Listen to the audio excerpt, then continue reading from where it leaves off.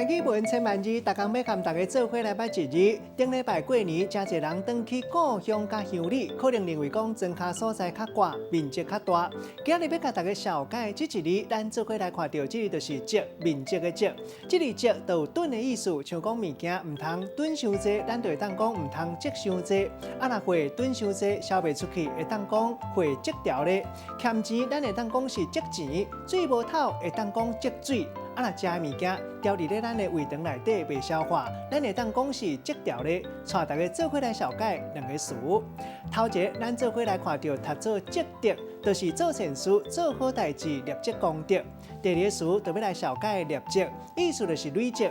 立积是较古早的讲法。咱用一句话来举例，甲这两个词夹做伙。譬如讲，古早人咧讲三代立积，一代空空。无采因祖公啊，咧遮积德积几落代，咧遮做真侪善事。无想到讲后代子孙啊，歹积德，做这款失德的代志，实在辜负到祖先过去累积的好心性。今仔日小解这一字积，提供予大家来参考。